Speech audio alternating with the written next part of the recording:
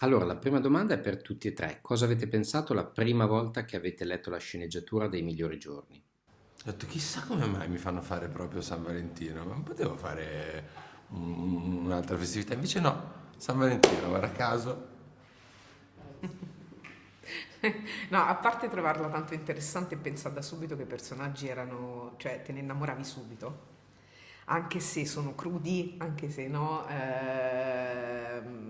spesso sono incoerenti, però c'è anche una purezza. A parte tutto quello, io invece pensavo, ma anche io un po' tipo, perché San Valentino? E anche, e come faccio a interpretare questa che è tutta fredda, così comunque, no? Distaccata. A me è piaciuto molto, ma il fatto che sia contenuto in un tempo, in uno spazio limitato, che è una giornata che è il San Valentino, ed è solo un episodio di un film, un mondo intero, no? E che prenda vita improvvisamente soltanto per quella lettura che avevo fatto che però in qualche modo avevo la sensazione che esistessero da prima questi personaggi e che poi sarebbero esistiti anche dopo. E quindi il fatto di aver creato un microcosmo e di averlo compresso in 24 ore, anche meno di 24 ore, quello mi è molto piaciuto. Che è una caratteristica dei film a episodi che mi piace sempre.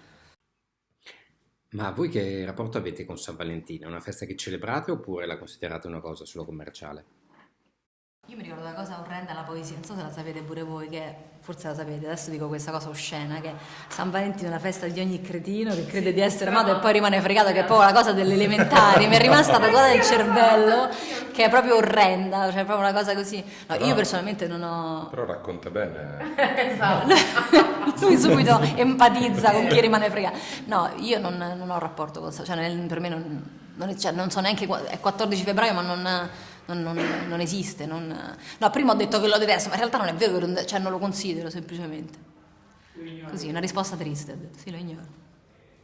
E voi? No, Per me è un giorno come un altro. noi Esatto. con questo Cioè io ho il film. fatto che il mio onomastico, che poi in realtà non è vero, sì, però il 25 luglio è San Valentina, nessuno lo sa, e allora vabbè, buon onomastico. Doppio onomastico. Sì, però, cioè giusto che ricevo ecco gli auguri dai miei nipoti, robe del genere di onomastico, ma non... A Luca piace tantissimo. A me piace Sì, Luca lo ama. tanto, io amo proprio, è una cosa a cui tengo. Lo preparo, arrivo preparato a San Valentino, ci inizio a pensare un mesetto prima, in modo che sia tutto perfetto per quella sera. Il nostro episodio non doveva essere San Valentino, ma poi Luca ha Io ho insistito perché lo ama molto e quindi... Sì. Grazie mille. Abbiamo fatto. Grazie.